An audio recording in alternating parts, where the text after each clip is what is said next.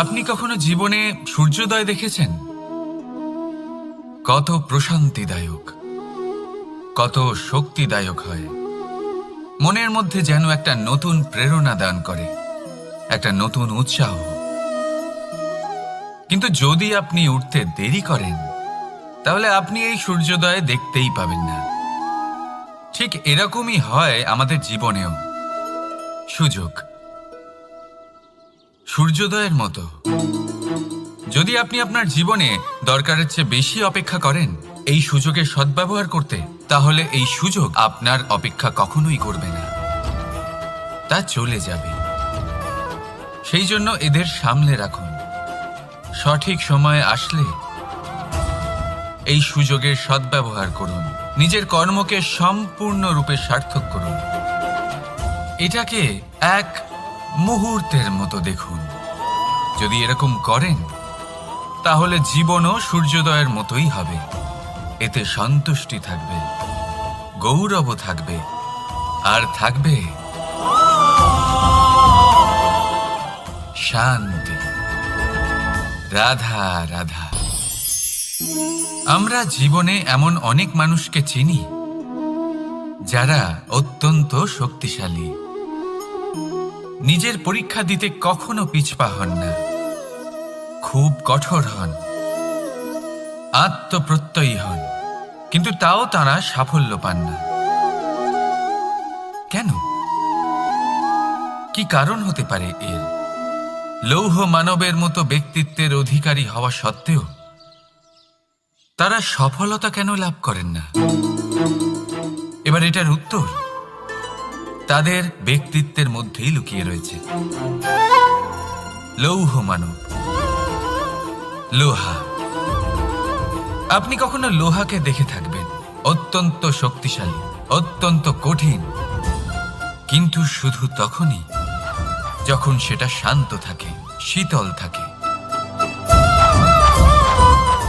তাকে উত্তপ্ত করুন, তা আর কঠিন থাকবে না। তার উপরে এক আঘাত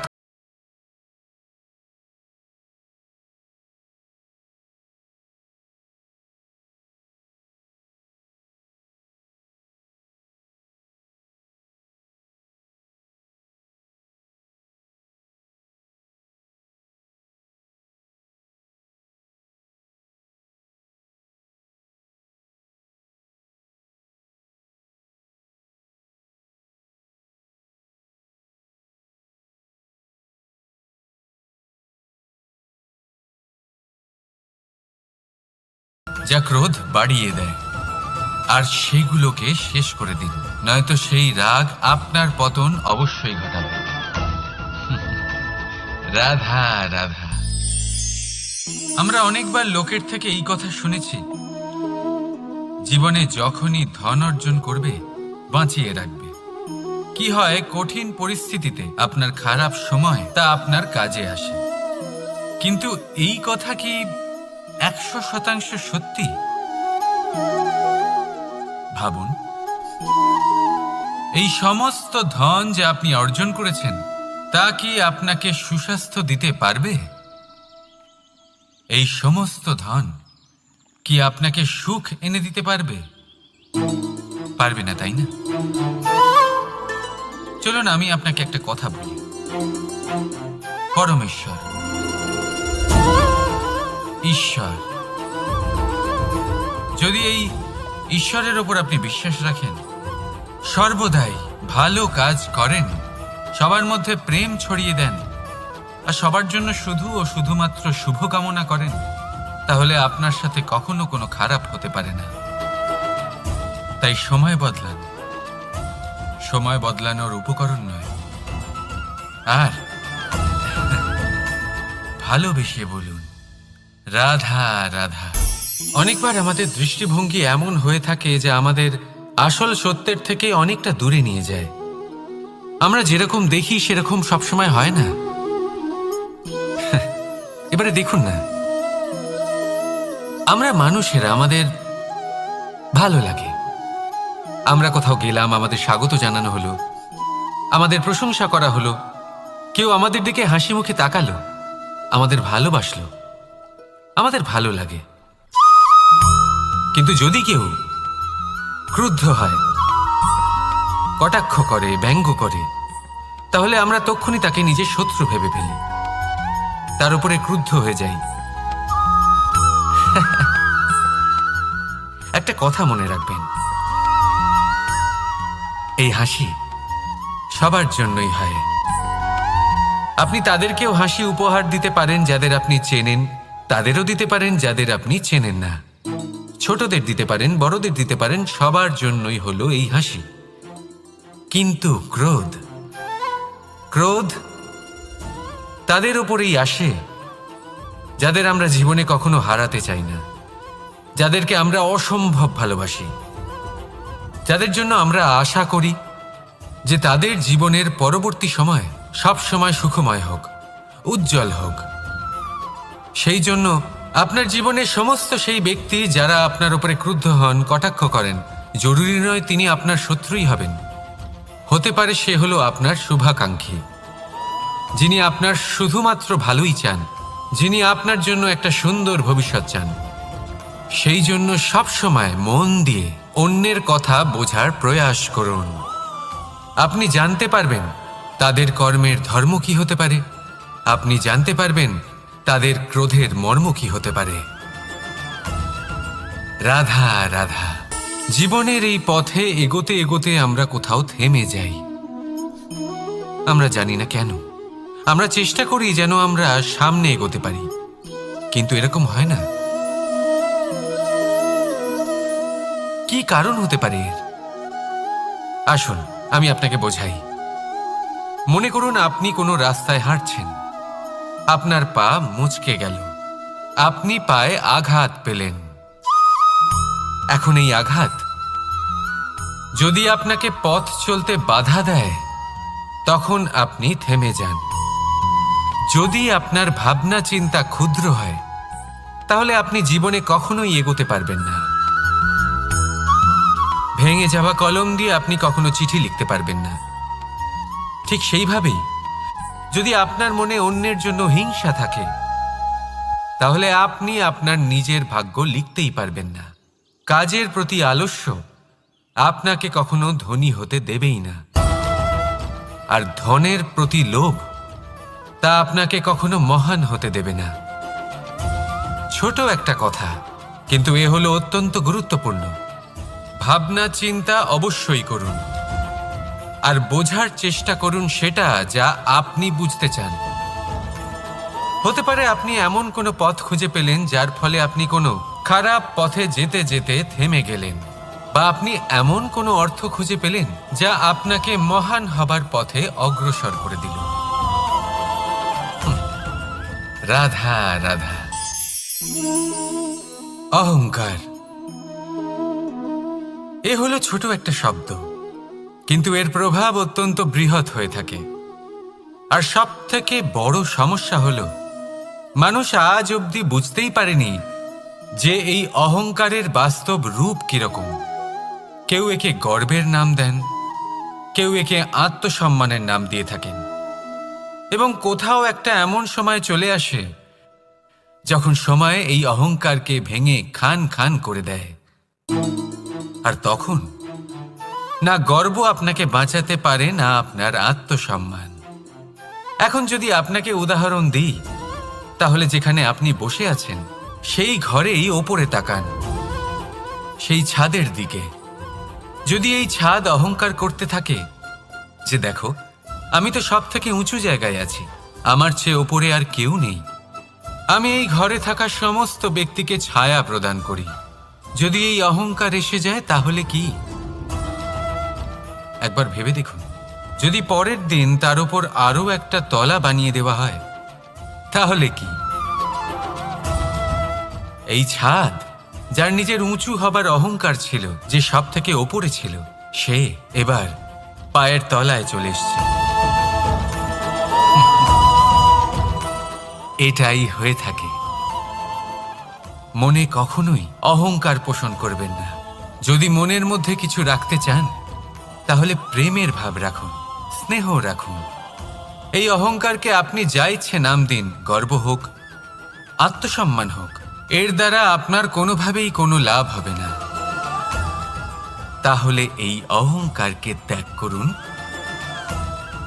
আর আমার সাথে ভালোবেসে বলুন, রাধা রাধা। একটা সিদ্ধান্ত। এই জীবনে একটা সিদ্ধান্তের গুরুত্ব কি হতে পারে তা কখনো ভেবে দেখেছেন? একটা সিদ্ধান্ত সেই ভিত্তি হতে পারে যা আপনার পুরো জীবনকে বদলে দিতে পারে, এই সমস্ত সংসারকে বদলে দিতে পারে, ভবিষ্যৎ বদলে দিতে পারে। এই সিদ্ধান্ত যে কোন রাস্তা চয়ন করতে হবে, সেই সিদ্ধান্ত যে কখন সামনে এগোতে হবে আর কখন থেমে যেতে হবে, সেই সিদ্ধান্ত যে কখন যুদ্ধ করতে হবে আর কখন নিজেকে পিছু পা হতে হবে। এই সিদ্ধান্ত হলো খুব গুরুত্বপূর্ণ। আর আপনি তো এই সংসারে একা নন, তাই আপনার একটা সিদ্ধান্ত শুধু আপনার জন্যই নয়, সমস্ত সংসারের জন্য গুরুত্বপূর্ণ হতে পারে। এবার এই সিদ্ধান্ত আপনারই হবে। ভাবনা চিন্তা করে নেবেন, সাফল্য পাবেন। রাধা রাধা। ভবিষ্যৎ। সংসারে এমন কোন ব্যক্তি আছেন যিনি নিজের ভবিষ্যতের বিষয়ে ভাবেন না? যে কেউ ভাবেন, আমার ভবিষ্যৎ কিছু এরকম হবে, আমি ভবিষ্যতে এরকম কিছু একটা করব, এই সুবিধা থাকবে, এই আনন্দ পাবো, ইত্যাদি ইত্যাদি। কিন্তু সত্যি বলি, ভবিষ্যতের থেকে বড় ভণ্ড আর কেউ নেই। ভবিষ্যৎ আপনাকে ছেড়ে চলে যাবে, আপনি জানতেও পারবেন না। ভবিষ্যৎ আপনার থেকে আপনার বর্তমান কেড়ে নেবে। অনেক সময় আমরা ভবিষ্যতের বিষয় ভাবতে থাকি, দুশ্চিন্তা করতে থাকি, ভবিষ্যৎ দিয়ে নিজেকে এতটাই ঘিরে ফেলি যে বর্তমান কি তা ভুলেই যাই, তার বোধই আমাদের থাকে না। ভাবুন, ভবিষ্যৎ কি? ভবিষ্যৎ হলো সেটাই যা এখনো পর্যন্ত ঘটেনি। বর্তমান হলো সেটা যা এখন ঘটছে। তাহলে যা এখনো ঘটেইনি তার বিষয়ে দুশ্চিন্তা করে নিজেকে ব্যতিব্যস্ত কেন করছেন? এই বর্তমান, এটাই হলো গুরুত্বপূর্ণ। এর উপরে সমস্ত ভাবনা কেন্দ্রীভূত করুন। মনে লক্ষ্য অবশ্যই রাখুন, কিন্তু পুরো মনোযোগ শুধু বর্তমানে থাকবে। এই বর্তমানকে যদি সামলে নিতে পারেন, তাহলে আপনার ভবিষ্যৎ এমনি উজ্জ্বল হয়ে উঠবে। তাহলে আসুন আমার সাথে ভালোবেসে বলুন, রাধা রাধা। সময়। কথায় আছে, আমাদের জীবনের প্রত্যেক মুহূর্ত স্বর্ণর মতো হয়। এবার হয় আমরা একে নিজেদের কাছে রাখতে পারি, বা একে আমরা চলে যেতে দিতে পারি। কারণ এই ছোট ছোট মুহূর্তই আছে যা আমাদের জীবনকে গড়ে তোলে। এখন এই জীবন কেমন হবে তা আমাদের উপর নির্ভর করে।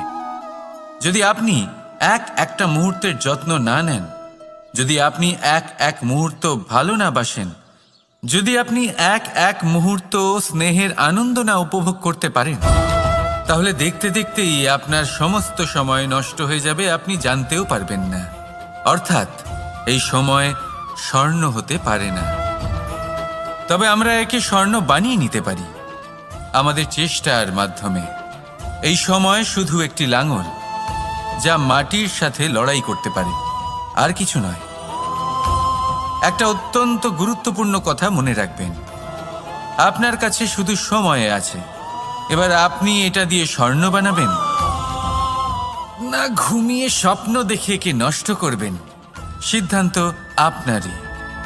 রাধা রাধা। ভগবান। প্রত্যেক কঠিন পরিস্থিতিতে এই নামই আছে যা আমাদের উপায় দিয়ে থাকে। ব্যক্তি যান, ভগবানের পুজো করেন, আরাধনা করেন, ব্রত পালন করেন, মন্দিরে যান, পুজো পাঠ করেন, ভগবানকে জাগিয়ে তোলেন। আর তারপর শুরু হয় সমস্ত প্রশ্ন।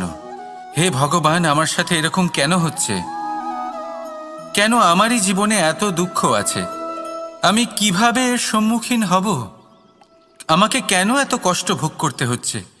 হে ভগবান, আমি কি করব? আমাকে সাহায্য করুন, কোনো রাস্তা দেখান।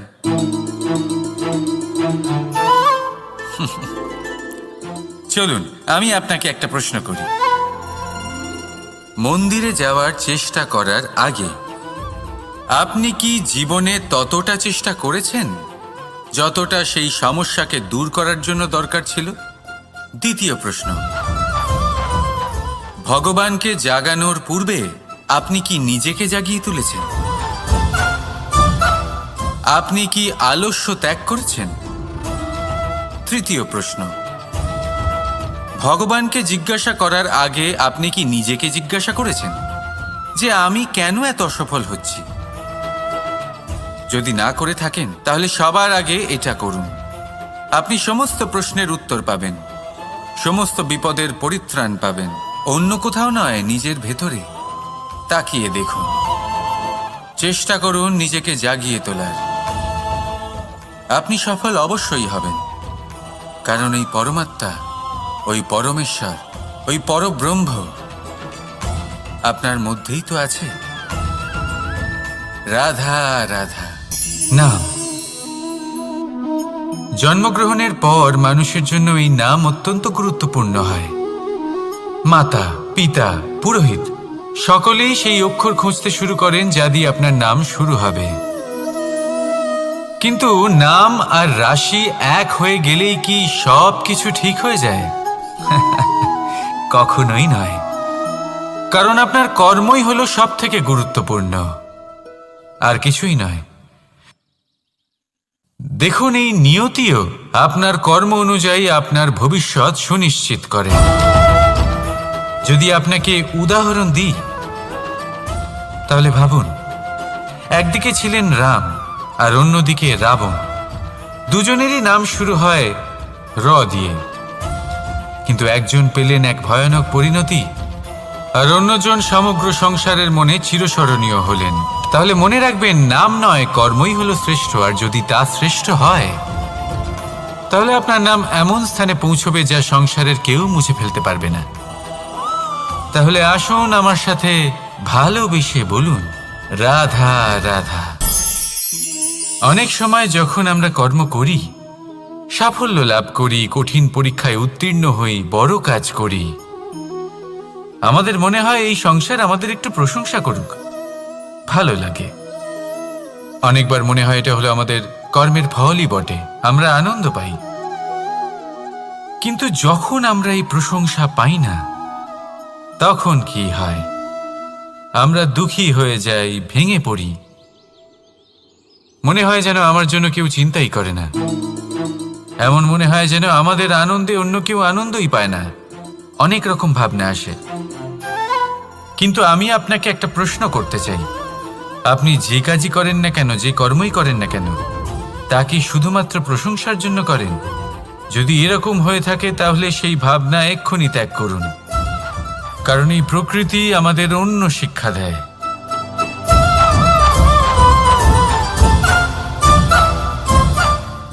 এই ফুলকে দেখুন, এই যে ফুলের সুবাস, যা আমার মনকে উচ্ছ্বসিত করে তোলে, মনে শক্তির সঞ্চার করে, এই সুগন্ধ। কিন্তু ভেবে দেখুন, ফুলের কিন্তু এই কাজ করার জন্য কোনো প্রশংসারই প্রয়োজন হয় না। এটাই হলো প্রকৃতির শিক্ষা। যিনি সৎ হন, সৎকর্ম করেন, তার কোনো প্রশংসার প্রয়োজন হয় না, কারণ ওনার কর্মই হলো ওনার সুবাস। মনে রাখবেন, আতর নকল ফুলে দেওয়া হয়, প্রকৃত ফুলের তার কোনো প্রয়োজন হয় না। সেইভাবেই আপনিও কর্ম করতে থাকুন শুভ চিন্তা নিয়ে। এই মনকে সব সময় শান্ত রাখুন, স্বচ্ছ রাখুন। যদি এরকম করেন তাহলে আপনার কর্ম এমন সুবাস ছড়াবে যে আপনার জীবনে শুধু এবং শুধুমাত্র আনন্দই থাকবে। তাহলে এই আনন্দ সহকারে বলুন, রাধা রাধা। এই সংসারে এমন কোনো পর্বত নেই যা এতটাই উঁচু যে মানুষ তার শিখরে পৌঁছতে পারবে না, তাকে অতিক্রম করতে পারবে না। এই সংসারে এমন কোনো সাগর নেই যা কিনা এতটাই গভীর যেখানে মানুষ তার তলদেশে পৌঁছে ফিরে আসতে পারবে না। একটা ছোট্ট বরফের টুকরো পর্বতের শিখরে গলে গিয়ে বইতে থাকে, আর দেখতে দেখতেই তা মহানদী গঙ্গায় পরিবর্তিত হয়। এর কারণ কি? এর কারণ হলো প্রচেষ্টা, প্রারব্ধ নয়। এই প্রচেষ্টাই সুনিশ্চিত করে যে আপনার প্রারব্ধ কি হবে। এই সমস্ত কিছু হলো প্রচেষ্টা আর প্রারব্ধের খেলা। আপনার প্রচেষ্টা যেরকম হবে আপনার প্রারব্ধ সেরকমই হবে। আর আপনার প্রচেষ্টা যদি উচ্চ মানের হয় তাহলে প্রারব্ধকে আপনার সামনে নত হতেই হবে। কি বলেন? তাহলে আসুন আমার সাথে ভালোবেসে বলুন, রাধা রাধা। অনেক সময় মানুষ অতীতকে দেখেন আর তখন অহংবোধে পরিপূর্ণ হয়ে ওঠেন। কখনো বর্তমানের দিকে তাকান, ভবিষ্যতের দিকে তাকান আর পরিতৃপ্তিতে ভরে ওঠেন। কেন বুঝতে পারেন না একটা সহজ কথা? এই যে সৃষ্টি, এই সৃষ্টি হলো একটা বড় চক্র যা বারংবার আপনার কাছে ফিরে আসবেই। কঠিন থেকে কঠিনতর পরীক্ষায় আপনাকে নিযুক্ত করবে যাতে আপনাকে উত্তীর্ণ হতেই হবে। যা কাল ছিল তা আজ নেই, এটা সবাই জানেন। যা আজ আছে তা হয়তো কাল থাকবে না, এটাও আপনাকে মেনে নিতে হবে, তাও আবার হাসি মুখে। শান্ত থাকতে শিখুন আর কখনোই মনের মধ্যে অহংকার উৎপন্ন হতে দেবেন না। হতে শিখুন সেই হিমবাহের মতো। হয়তো এই জন্যই এত শীতল থাকে কারণ ও জানে গতকালও জল রূপে ছিল, আজ বরফ রূপে হয়তো আছে, কিন্তু কাল পুনরায় সে জলেই পরিণত হবে। নিজেকে শান্ত রাখুন। হয়তো আজ আপনি সাফল্যের শিখরে আছেন, হয়তো বা নেই। আপনাকে প্রত্যেক দিন অবশ্যই দেখতে হবে। শুধু নিরন্তর প্রচেষ্টা করতে থাকুন, প্রত্যেক পরিস্থিতির জন্য তৈরি থাকুন আর একে ভারসাম্যে রাখতে শিখুন। আপনার কাল হোক, আজ হোক বা আগামীকাল, আপনার ভালো দিন হোক বা খারাপ দিন, সব পবিত্র হয়ে যাবে। তাহলে আসুন আর আমার সাথে ভালোবেসে বলুন, রাধা রাধা। দোল উৎসবে এই সমগ্র সংসার রং নিয়ে খেলা করে, কিন্তু এই রঙের সারমর্ম এই সংসার কি জানে? কখনো দেখেছেন একটা চিন্তিত মুখ শুধুমাত্র রঙের স্পর্শ পেয়ে আনন্দিত হয়ে ওঠে? দোলে আমরা কি করি? পুরাতনকে ত্যাগ করি আর নতুনকে স্বাগত জানাই। শিশিরকে বিদায় জানিয়ে এক নতুন ঋতুকে আগমন জানাই। দুশ্চিন্তা দূর করে আসার নতুন রঙে রঙিন হয়ে ওঠা, নিজেকে আনন্দিত করা, এটাই তো হলো দোল। এবার দোলের একটা ব্যাপার আছে, দুটো রঙে একসাথে রঙিন হওয়া যায় না। একটা রং উঠলে তবেই আরেকটা রং লাগা সম্ভব।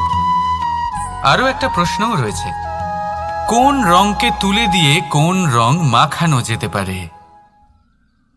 যদি আপনাকে উদাহরণ দিই, লোভের এই রং, তা যতক্ষণ লেগে থাকবে আনন্দের রং লাগতে পারবে না। যা হয়েছিল দ্বারকাবাসী এবং সামন্তক মণির মধ্যে। ভ্রান্তির রং যতক্ষণ লেগে থাকবে সত্যের রং লাগতে পারবে না, যা হয়েছে রুক্মিণীর সাথে। আর হিংসার এই রং যতক্ষণ লেগে থাকবে প্রেমের রং ততক্ষণ লাগতেই পারবে না, যা হয় আপনার আমার সবার সাথে। তাহলে আসুন একসাথে মিলে দোল পালন করি এবং সবকিছুর উপরে বিজয় লাভ করি। অন্ধকারের স্থানে আলোর, ভ্রান্তির স্থানে সত্যের, হিংসার স্থানে প্রেমের, আর লোভের স্থানে আনন্দের এই সুন্দর রং মাখাই। শত্রুতা, ঘৃণা, হিংসা এই সব কিছু ত্যাগ করি আর সকলের সখা হয়ে উঠি। আর ভালোবেসে বলি, শুভ দোল। হ্যাঁ, ওটা তো আমরা অবশ্যই বলবো, রাধা রাধা। সংসারে অনেক সময় এরকম হয় যে আমরা খুব সমস্যায় থাকি, খুব বিপদের মধ্যে থাকি। আর সেই সমস্ত মানুষ যারা আমাদের কাছের মানুষ, আমাদের আপনজন, তারা আমাদের ত্যাগ করে চলে যান। আমরা এই সময় দুঃখ পাই, নিরাশ হয়ে পড়ি এবং একা একাই সেই সমস্যাকেও কাটিয়ে উঠি। এবার পরিস্থিতি যেমন খুশি হোক না কেন, সেই সব মানুষ যারা এমন সময় আপনাকে ত্যাগ করেছেন তাদের প্রতি ক্রুদ্ধ হওয়া, অভিমান করা, এটা অনুচিত। আমি বলবো তাদের প্রতি কৃতজ্ঞ থাকুন। আমি বলবো তাদের ধন্যবাদ জানান যে তারা এমন সময় আপনার সঙ্গ ত্যাগ করেছেন যখন আপনার তাদের সব থেকে বেশি প্রয়োজন ছিল। কারণ দেখুন, হয় তাদের বিশ্বাস ছিল যে আপনি নিজেই এই বিপদ থেকে বেরিয়ে আসতে পারবেন, বা তাদের ত্যাগ করার জন্য আপনি নিজের উৎসাহ বাড়িয়ে তুললেন, আপনি নিজের শক্তি বাড়ালেন এবং নিজে সেই সমস্যা থেকে বেরিয়ে আসলেন। নিজের খারাপ সময়কে আপনি নিজেই ভালো সময় করে তুললেন। শেষ পর্যন্ত আপনি আরো শক্তিশালী হয়ে উঠলেন, আরো শ্রেষ্ঠ হয়ে উঠলেন। আর এটাই তো আপনার বিজয়, যার কারণ হলো তাদের আপনাকে ত্যাগ করা। তাহলে তাদের ধন্যবাদ জানান আর আমার সাথে ভালোবেসে বলুন, রাধা রাধা। ধন, ধন হলো কারোর জন্য মোহ, আবার কারোর জন্য মায়া, কারোর জন্য হয়তো ভাগ্য, আবার কারোর জন্য কর্মের পারিশ্রমিক। দেখতে গেলে এই ধন হয়তো সবার জন্যই অত্যন্ত প্রয়োজনীয় হয়ে থাকে। সেই জন্যই তো মানুষ নিজের সমস্ত জীবন অতিবাহিত করেন এই ধন অর্জন করার জন্য। অনেক মানুষ এমনও হয় যাদের সমস্ত জীবন এই ধন অর্জন করতেই কেটে যায়। প্রত্যেক মানুষই চেষ্টা করেন যেন তিনি ধনী হন, যত সম্ভব বেশি ধন অর্জন করতে পারেন, সম্পন্ন থাকতে পারেন। আর তা হবে নাই বা কেন? কারণ এটাই হলো এমন এক বস্তু যা আদান প্রদান এমন নানান কাজে আসে। চেষ্টা তো সব মানুষই করেন, ধন অর্জন সব মানুষ করতে পারেন না। কারণ হলো এটাই যে মানুষ ভাবেন যে তার কাছে কিছু ধন এলে তারপর তিনি কিছু করে দেখাবেন।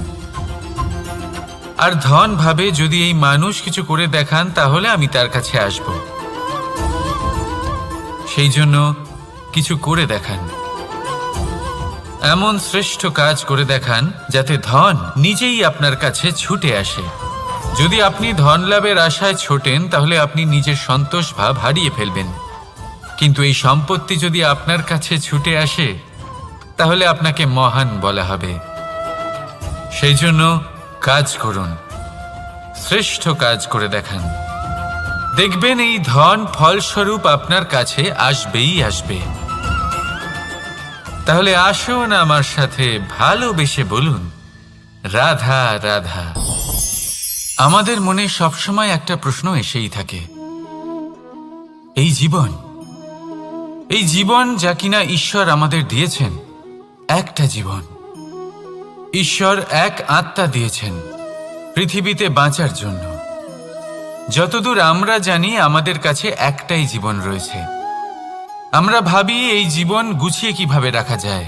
প্রত্যেক মানুষ ভাবেন যে আমি কি করি যাতে এই জীবনকে গুছিয়ে রাখা যায়, কিরকম কর্ম করব, কিরকম পুণ্য করব, কি ধরনের শাস্ত্র পড়ব যাতে আমি সেই জ্ঞান অর্জন করি যাতে জীবনটা সুন্দর করে তুলতে পারি।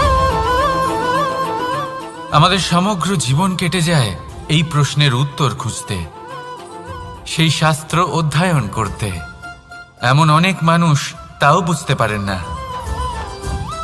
আসুন আজ আমি আপনাকে একটা সহজ কথা বলি, যার দ্বারা আপনি নিজের জীবন সুন্দর করবেন। জীবন, জিহ্বা, এদের দুজনেরই হলো একটাই রাশি। জিহ্বা অর্থাৎ আপনার কথা, এই কথাকে সংযত রাখুন, একে সুন্দর করে তুলুন, মধুর কথা বলুন। যতটা সম্ভব একে নিয়ন্ত্রণে রাখুন, আপনার জীবন সুন্দর হয়ে উঠবে। কারণ এই শব্দ হয় অত্যন্ত শক্তিশালী। এটা হলো এমন এক বন্ধন যা আপনার সামনের মানুষকে আপনার ব্যক্তিত্বের সাথে জুড়ে দিতে পারে। তাই এই শব্দ সংযত রাখুন, একে সুন্দর করে তুলুন। আপনার জীবন আপনা থেকেই সুন্দর হয়ে উঠবে। আর আসুন এই মধুর সুন্দর অনুভূতি দিয়ে বলুন, রাধা রাধা। জীবন, এই জীবন আসলে কি?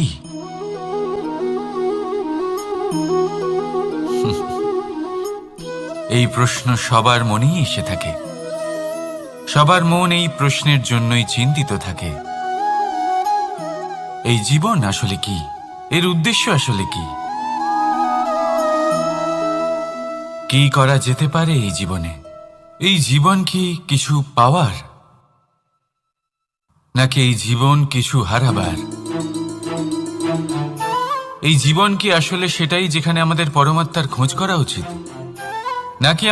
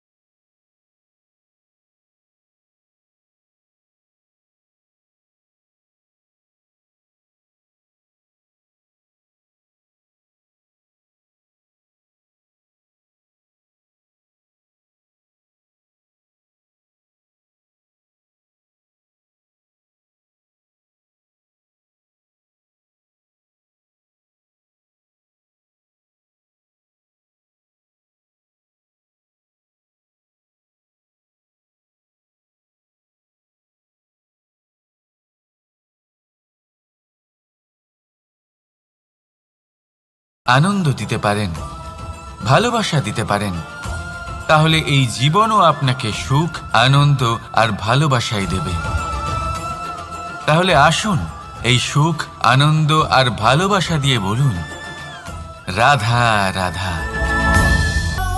ধরিত্রীর বুকে গজিয়ে ওঠা এই দুব্ব ঘাস দেখেছেন?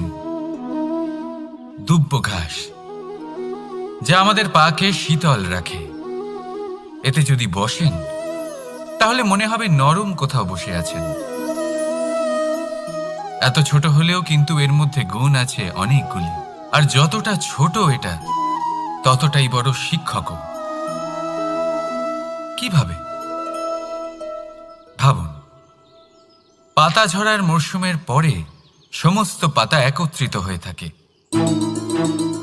একটা ছোট ফুলকি সবাইকে জ্বালিয়ে দিতে পারে, সমস্ত পাতা পুড়ে ছাই হয়ে যায়। কিন্তু এই ঘাসের কিছুই হয় না, সে যেমন ছিল তেমনই থাকে। কারণ কি হতে পারে? প্রথম কারণ, এরা ছোট হয়।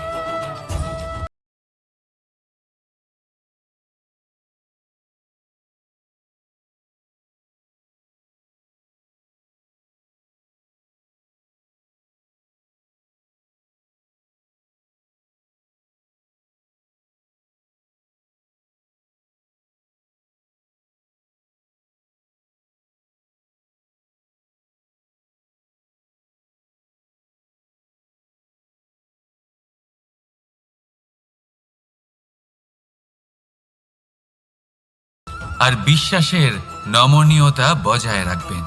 যদি এরকম করতে পারেন তাহলে জীবন সবসময় সুখে কাটবে। রাধা রাধা।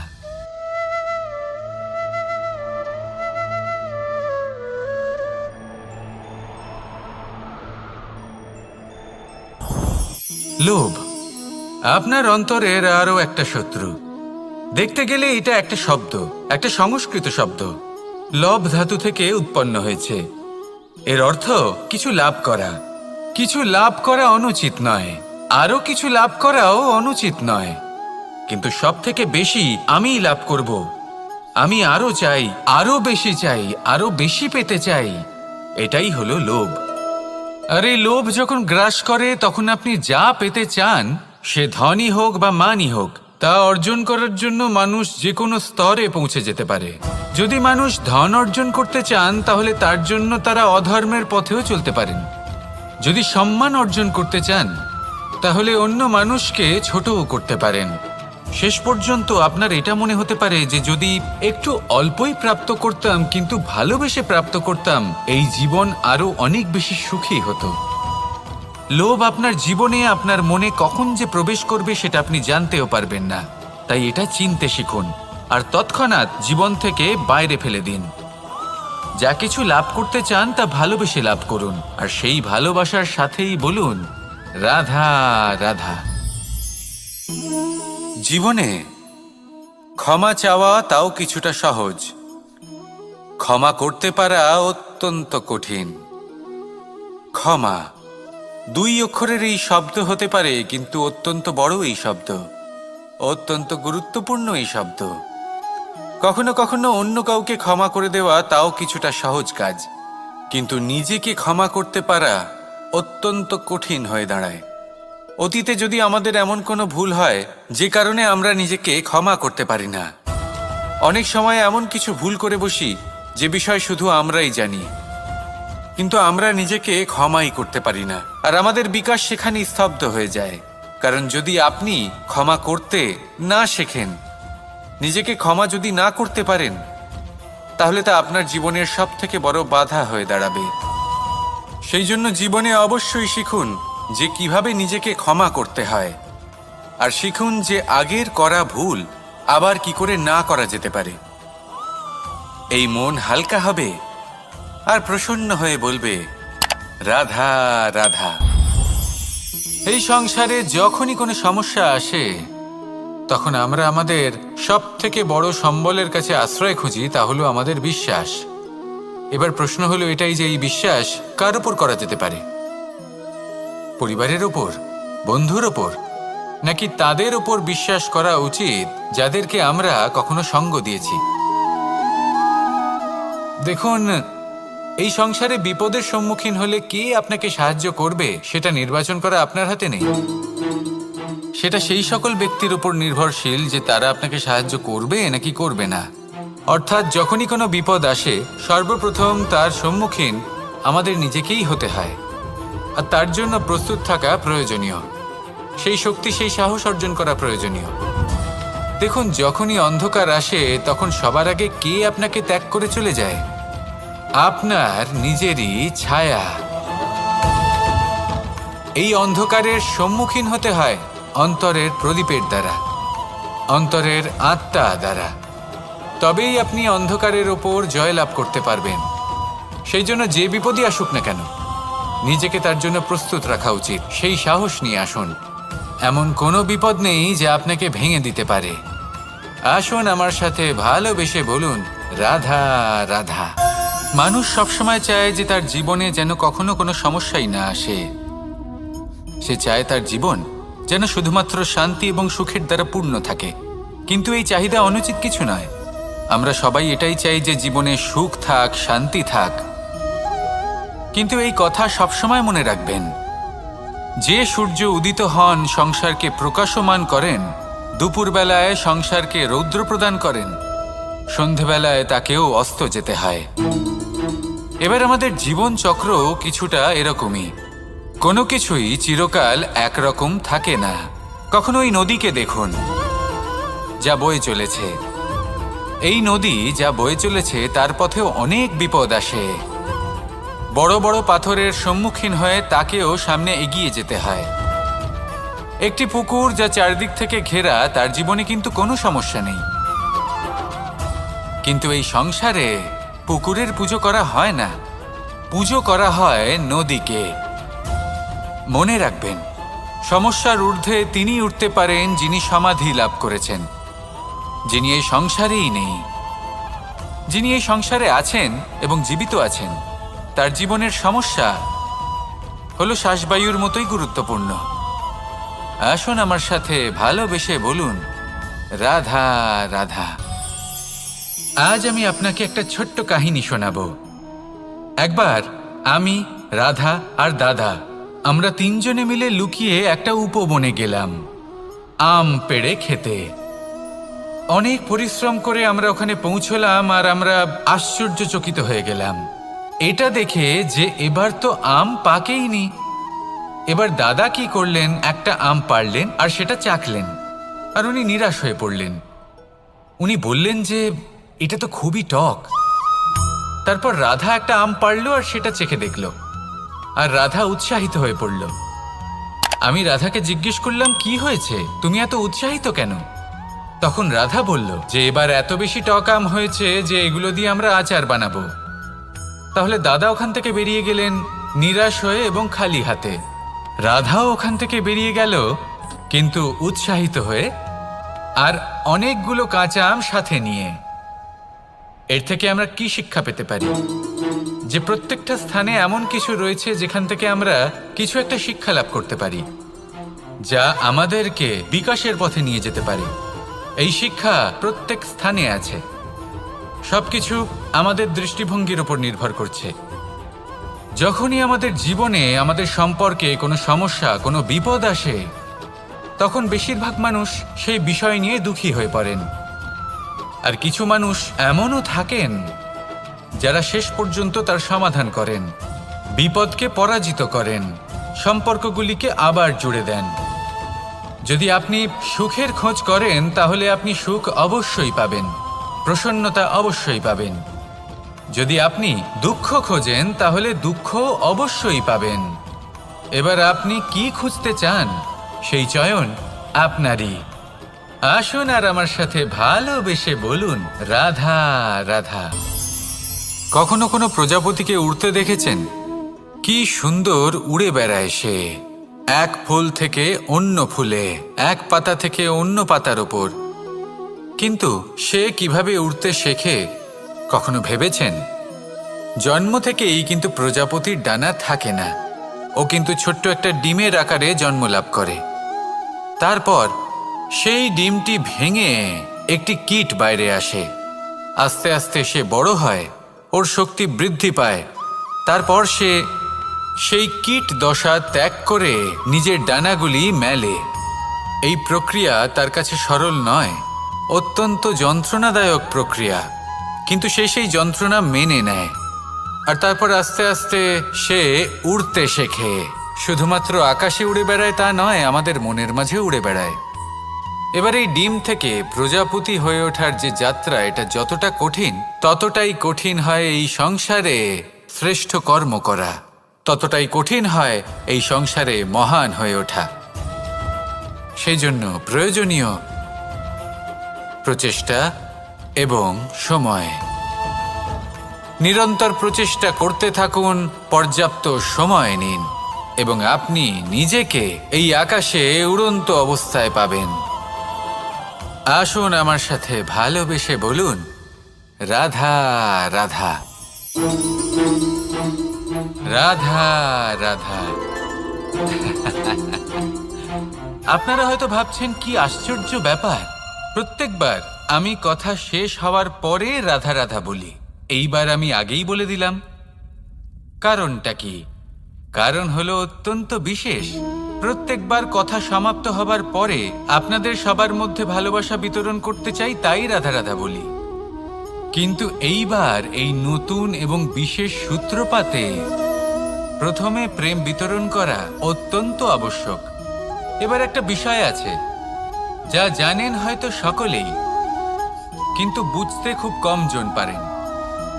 এই প্রেম, এই আনন্দ, এই সকল কিছুর সূত্রপাত হয় নিঃস্বার্থ আবেগের দ্বারা।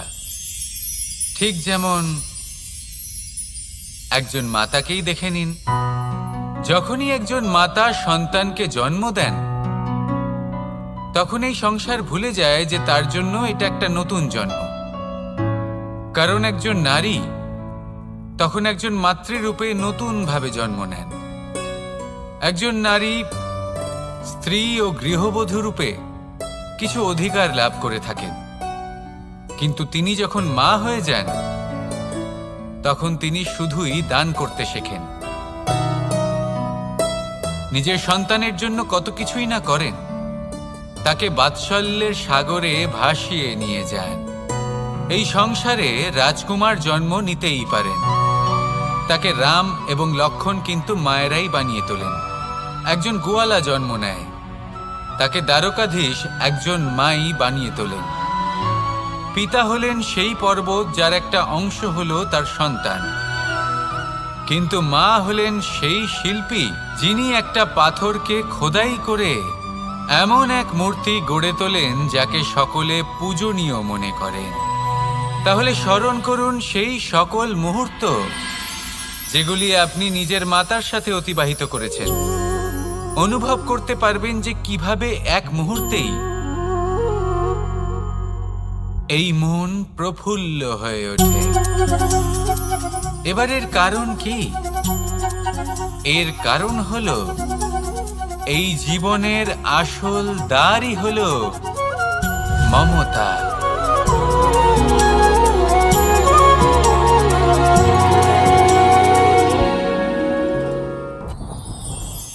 যত শক্তিশালী এই মন, তত শক্তিশালী এই শরীরও। এই যে আমাদের শরীর, এটা আসলে কি? এ হলো একটা রথের মতো। আর একটা রথ ততক্ষণ চলতে পারবে না যতক্ষণ না তাকে কোনো সারথি চালাবে।